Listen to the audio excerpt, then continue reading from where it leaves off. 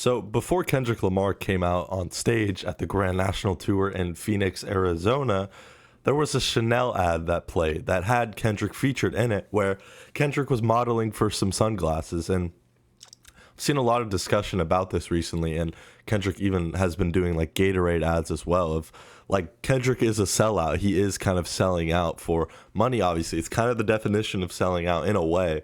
And I've seen a lot of criticism towards Kendrick, but listen to Mr. Morale and the Big Steppers. That explains everything. He's not your savior. He's not here to make some political statement anymore. He chooses himself. And I think that's important for the show because I think GNX is affected by Mr. Morale and the Big Steppers. He chose himself. He's not your savior, and he's going to have fun, and he's going to make money.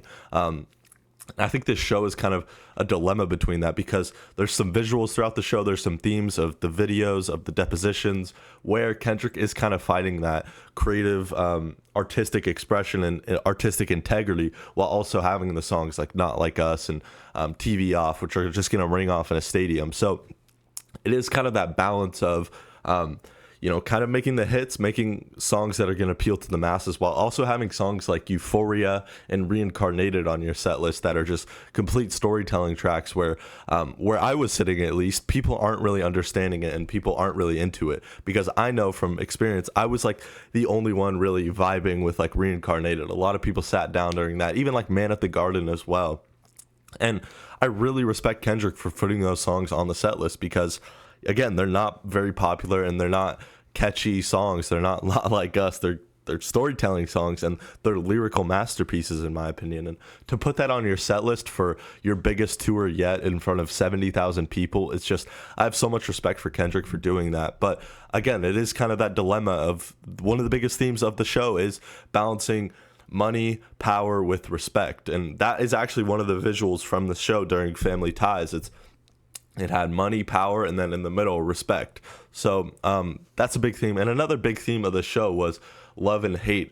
You have lines like love and hate is definite with that Akira on Whacked Out Miros, which starts off the show. And I guess we'll kind of start off there. This is my review, obviously, if you don't know, of Kendrick Lamar's Grand National Tour and SZA. I'll talk a little bit about SZA, but I am a huge Kendrick fan, way bigger than SZA. I did get a SZA shirt, though, if you could see this. Drip, drop, drip, drip, drip. But I will be talking mainly about Kendrick just because I'm a bigger fan of Kendrick. And me personally, I understood the themes that Kendrick was trying to present a little more than SZA. I don't understand fully the whole nature bug thing. I know SZA really likes insects and stuff like that. So that's kind of, I guess, the reason maybe. But I didn't understand a lot of maybe some of the visuals she was presenting and maybe the nature stuff. Please explain it to me if I'm missing something. But I am a big fan of SZA, so I will go through her set as well and talk about it a little bit. But as far as Kendrick's themes in this show, I understood it more. Starting out your show with Whacked Out Miros, again, GNX has a lot of hidden themes that I just talked about that people maybe overlook with the whole money, power, integrity. Are you going to sell out? Choosing himself, Mr. Morale affecting GNX. And I will say something that makes me like Kendrick so much is just how much he evolves as an artist. He is a true artist because the Big Steppers tour is so much different than this GNX tour. It's almost like it's a completely different artist in a way. And I love that so much just because it gives me as a fan so much to digest and really look into. It's not like you're going on the same tour every year. You're doing the hits and you're just kind of putting out albums that are similar elements. Like, no, Kendrick's like To Pimp a Butterfly, everything he does is completely different, and you would think it's a different artist if you saw the Big Steppers tour, which was my first show for Kendrick, and then now the Grand National Tour. It's so much different. So let's go through it. Act 1, Whacked Out Miros. This is a perfect way to start off the show in my opinion, but again, this is another case of like, is the stadium, at least where I was sitting, because I was in the nosebleed, so maybe when you're in the pit and stuff and the more diehard fans down there in the lower levels, maybe it was a completely different experience, but this is my experience from sitting in the nosebleeds. Whacked Out Miros is another song like Reincarnated, like Euphoria, that I'll mention that, people around me didn't get. I was probably the only one really understanding and rapping the lyrics and really into it, but I mean, it's the intro to GNX. It's a perfect way to start off the show. But then going into Squabble Up is perfect because that's a hit and people can be really into that. And that's another one of those money and power type of songs. I guess that's kind of the theme I'll be going for in this video. Then he transitions into King Kuta. really glad he played this. I think To Pimp a Butterfly just always goes great live. Like every single song could be played live basically, except maybe like the last song. But besides that, like King Kunta just works really well in a live setting, and the transition worked really well. Then into TV Off, and this was one of my favorite things about the show. He only played the first half of TV Off in the first act, but then in the last act of the show, he played the last half of TV Off. So it's a cool little connection, and I love when artists do that. The Grateful Dead do that a lot, where they start off their show with one song and then they'll come back to it later. I think that's absolutely brilliant, and to have stuff like that just shows how much Kendrick puts into his craft and how much creative integrity he puts into his art. And I love that he put TV Off the first half in the first act, and then at the end of the show played the last half of TV Off. It's a nice little connection. And there is so many connections within the show. Like even the intro before Whacked Out Murals kind of explains and explores a lot of the themes that are presented. Again, that money and power, love and hate is definite without a cure. The kind of different dilemmas between playing songs like Luther, All the Stars, but then also playing songs like Not Like Us and Euphoria that are very aggressive and very hateful, to be honest. Like hearing the whole stadium sing A minor and Certified Lover Boy, Certified Pedophile, that's hatred. That's pure hatred. But then to get a song like Love or All the Stars, it's just like, again, it's that dilemma of love and hate. It's tough, and it stems from the same thing. I think even Kendrick said that during one of the visuals and the videos that played in between. Love and hate stems from kind of the same emotions. So interesting themes there for sure. And I think people are kind of overlooking this show as presenting those, because GNX is, you have a lot of the people saying it's like the victory lap, and it is definitely a victory lap for Kendrick, and it's Kendrick having a lot more fun, but there is definitely a lot of hidden themes that I think people overlook within that album, and I think that's one of them, kind of the love and hate dilemma. And then we go into Element, really cool. I love Element. I think that should always be in the set list. It goes over well in a crowd.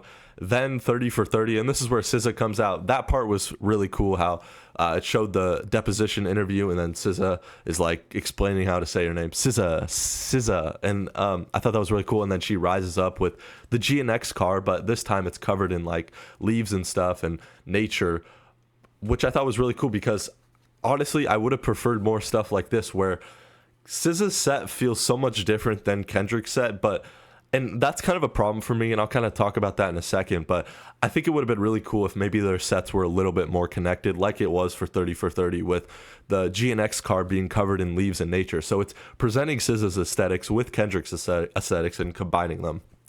I think this show could have used more of that to maybe make it feel more cohesive, because this was my biggest problem with the show. And obviously, I love this show, and I'm super...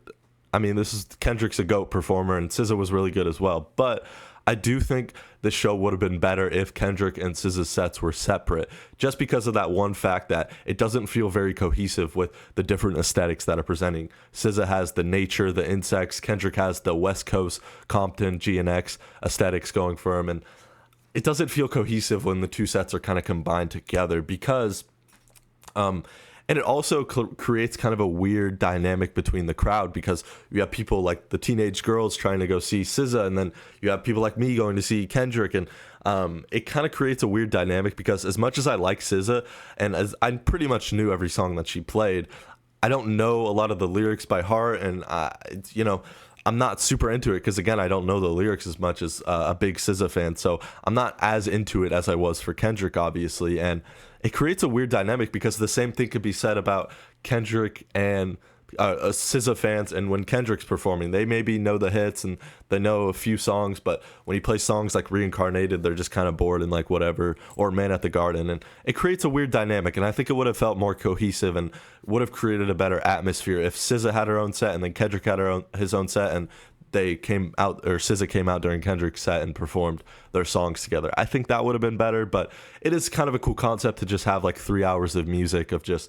no breaks, just you're constantly getting fed. So it is a cool concept in theory, but if they were to do that again, I think it would have been better to have maybe more connections between their sets and kind of have more cohesion between again, like the 30 for 30 car with the GNX and the leaves on the vines and stuff, kind of connecting their aesthetics in a way. But it was different. SZA's aesthetics and set were very different. But SZA was great. I mean, she is a pop star, so she works really well in a stadium setting. And I will say I didn't love how her outros were super dramatic. Like every time, I think she kind of overdid the guitar solos at the end of her songs and super big and dramatic. I thought she kind of overdid that, but it was cool, and her different live versions of some of these songs were really cool to present them in a stadium. So yeah, SZA was great, and I'll talk more about some of the standouts from her set later. But then we get Kendrick again. He comes back for Euphoria, and I gotta say, Euphoria was probably my favorite song of the night. And again, this is another case where I might have been the only one in my row, in my section, that really was vibing with Euphoria, because a lot of people are there to see the hits and there to see SZA. So 6 minutes of just straight rapping, no chorus, no hook. I gotta just so much respect for Kendrick, man. To do that in front of 70,000 people, who a lot of people might not even know the song or really understand what's going on. To do that in front of 70,000 people, to do a 6-minute song of just straight rapping and straight lyrical exercises, so much respect. And I was super into it. This is probably my favorite song of the night. The whole, like, the lies about me, truths about you on the side of the stage, and then it opens up when the beat comes in. It's peak cinema for me, man. And Kendrick is just seriously one of the greatest performers out right now, because I don't know how he breathes. Like 6 minutes of just straight rapping. It's just, the breath control is insane.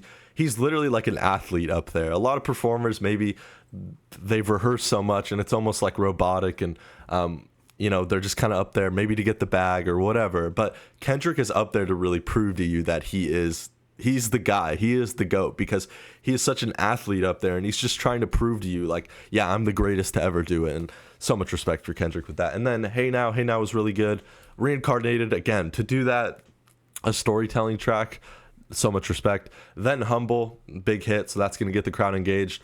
Really liked a lot of the visuals during Kendrick's set, the whole West Coast, Compton type stuff. Backseat Freestyle, that was really cool. The lighting during this part of the show was great. And then Swimming Pools, he only sang it a cappella. I wish he would have played the song full, because I think it would have went over well. I think people reacted a lot when he did the a cappella thing. So if he actually played the song, I think that would have been cool. But this is another standout from the set. He did Mad City, but over the Sweet Love by Anita Baker production. That was just it's super unexpected. I don't know how he thought of that, but to put an Anita Baker song over a song like Mad City, just, there's kind of a connection there that could be looked in deeper. But as far as musically, it works really well, and he added backing vocals for that. So you take a song like Mad City, which is very aggressive rap, but then put it over a soulful R&B production. Really cool, and definitely a standout from the set. Then All Right is always great when Kendrick plays it. It just, people know that song, so people are going to be engaged, and it's a very jumpable song, and you could get really into it in a live setting. Then Man at the Garden, another case of Kendrick wants the respect. He wants to prove that he deserves it all. And this is, Man at the Garden is another song that can connect with Mr. Morale. Like, he chooses himself and he deserves it all. So Man at the Garden was really good, and the visuals with Long Beach and Compton played on the screen really cool. Then we get SZA again. This was probably my favorite part of SZA's set, was Scorsese Baby Daddy, and then F2F. I really like F2F. That's probably my favorite SZA song. So that was really cool, and just super stadium rock feel to it. So it works in that setting, obviously. The Kitchen was really good as well. She had like a praying mantis on stage running around, and then like the insect visuals. I don't get it. Please explain to me in the comments down below if you understand. Low was really good as well.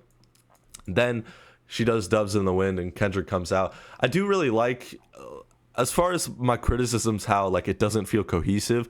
I think the transitions between their sets were really good. The fact that Doves in the Wind comes in and then Kendrick just walks out, and then it goes into Kendrick's set, because it's just kind of the connective tissue between their sets of like transitioning into each other were really good, and the different visuals played in the different videos to connect their sets were really good. And this is another case where that, like, Doves in the Wind, and then Kendrick just comes out, and then that signals that it's time for Kendrick. So I thought that was really good. Then they play All the Stars. This was a highlight of the night for me as well. Just the going up on the risers, the pyro, the fireworks going off, and it's super dramatic, super grand, and yeah, it works really well in a stadium. Then Love, this was cool that SZA added a part to Love. She got to sing the chorus to that. That was really cool. Then Dodger Blue was great. The little, like, the table, and then the car things coming down. It was really cool. Then Peekaboo was really good. I like the eye that opened up, and this was another thing that connects back to the beginning of the show. At the beginning, it kind of zooms in on Kendrick's eye to show his like pupils dilated, which is another line from Kendrick. Just there's so much to dive into when it comes to Kendrick. Don't ever doubt his creative integrity and his creative ambitions, because he is doing it. He is putting so much energy and creativity into his art, so never doubt Kendrick on that front. But yeah, Peekaboo showed the eye that we saw at the beginning of the show, another connection. Then Like That, DNA, good credit. These three songs were great because it just super energetic and the crowd was super into it. DNA was really cool with the visuals of old VHS of, I think it was probably Kendrick's Family up there. Then Count Me Out and Slash Bitch Don't Kill My Vibe. I loved how it was connected. The guitar that kind of works with both of the songs was really cool. Then Money Trees was great. I think they kind of up the volume of the synth that you can hear in the background of Money Trees, which added a really cool live version for me. And Kendrick was just having a lot of fun during this song, so that was cool to see, because again, like I said, with like songs like Euphoria, Kendrick can be very determined and athletic up there, but to see him just having fun during the song was really cool. And to see him smiling and saying, AZ, make some noise. And it's cool that he says AZ. A lot of people just say Phoenix or Arizona. AZ makes it feel more personal and like he knows more about Arizona than maybe some artists. And he also said he has a lot of history here. He didn't really explain or elaborate, but he said, if you know, you know, I have a lot of history here. Then Poetic Justice. It's interesting that there's like a few Drake songs on the set list. Like SZA plays Rich Baby Daddy, which is a Drake song, and Poetic Justice features Drake. But then you also have Not Like Us, Euphoria on the set list, which are just clearly Drake disses, and thousands of people calling him a pedophile while also playing his songs. It's kind of a weird it's a weird dilemma. Maybe there is a connection between the love and hate. I don't know. Maybe I'm looking too deep into it. Then we get SZA again. She plays the hits. Kiss Me More was really good. Kill Bill was really good. Yeah. Then we get Kendrick back out. He does N95, and I was really surprised that like a lot of people weren't into N95. I thought N95 was going to go over really well with the crowd, but it seemed like I was the only one in my section who really knew the song. But then he does another connection with TV Off, and Mustard comes out. That was really cool to have just thousands of people scream Mustard. Really cool. Then into Not Like Us. Obviously this goes over great, and this was a highlight of the night. As much as Not Like Us is overplayed, it's his biggest song, so it's going to have the most energy, and really cool to see it live in front of that many people. So that's definitely a moment I'll remember forever. Just 70,000 people screaming A minor. That was, I mean, I'll remember that forever. Then SZA comes back out for Luther, and then they end off the show with Gloria. And I thought this was a perfect way to end off the show, because Gloria is a love song about Kendrick's writing and his rapping, and the fact that his writing and his rapping has gotten him to where he is now in front of stadiums and 70,000 people. To end off a show with a love letter to the very thing that got you to where you are and how you're performing at this place is just incredible. And also, the rap beef and the Drake and Kendrick beef that was a lyrical exercise, and it's kind of a love letter to that, because that's when writing and rapping was at the forefront. Like, the production was cool, but you're really there for the rap beef to understand the lyrics and what they're saying. So it kind of recaps that whole thing as well. And they get in the GNX car and then they go down. So yeah, that's my review of Kendrick and SZA. Again, my criticism is I feel like it would have been more cohesive if their sets maybe had similar aesthetics, or there were just separate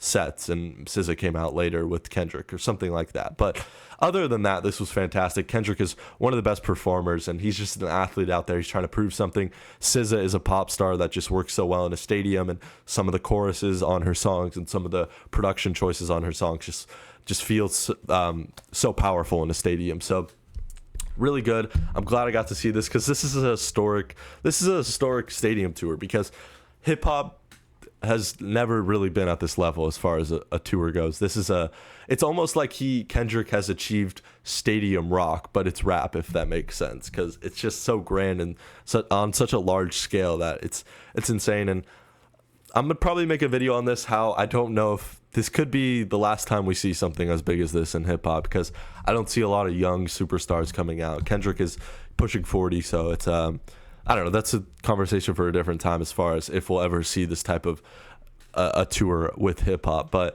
yeah, the dilemma between money and power and respect, I think Kendrick balances balances it really well within this show. So let me know what show you're going to. Were you at the Phoenix show? Let me know in the comments down below. And I'm almost at 2,000 subs, so subscribe. Let me know what show you went to. What was your favorite part? And I'll see you in the next one. Peace.